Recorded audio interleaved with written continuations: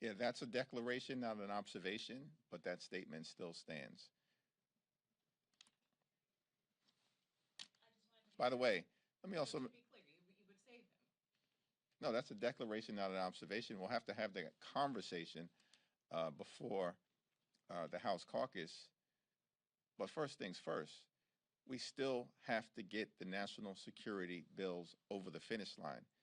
In that statement, that's what we made clear, that we have to do the business of the American people. We've been waiting for months unnecessarily because of gamesmanship and partisanship and brinksmanship on the other side of the aisle.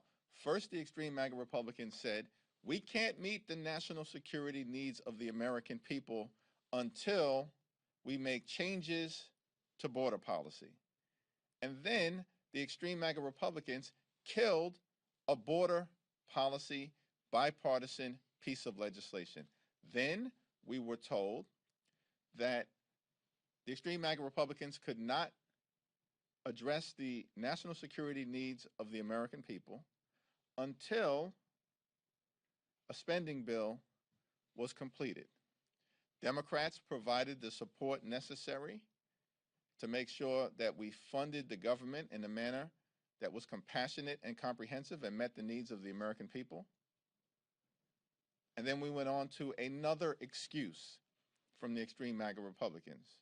Third, we were told that the national security needs of the American people could not be met until we reauthorized the Foreign Intelligence Surveillance Act.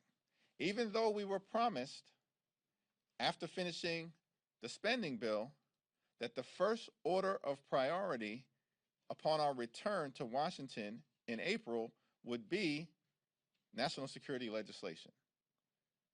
But we had to deal with the Foreign Intelligence Surveillance Act, which Democrats once again helped get over the finish line. Extreme MAGA Republicans, as we have observed, are out of excuses, and the American people and our allies in Ukraine and throughout the world are out of time in terms of our national security needs being met. Hopefully we're on track for that to happen tomorrow. We've been very honest in our assessment of the situation from the very beginning, including in the declaration that I made in late February. And at the appropriate time as House Democrats, we will have a conversation about how to deal with any hypothetical motion to vacate, which at this point hasn't been noticed. Moscow, Marjorie Taylor Greene, Massey, and Gosar are quite a group,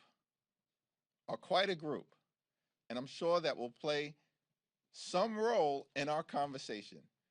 But central to the conversation, the prerequisite to the conversation, is to make sure that the national security legislation in totality is passed by the House of Representatives.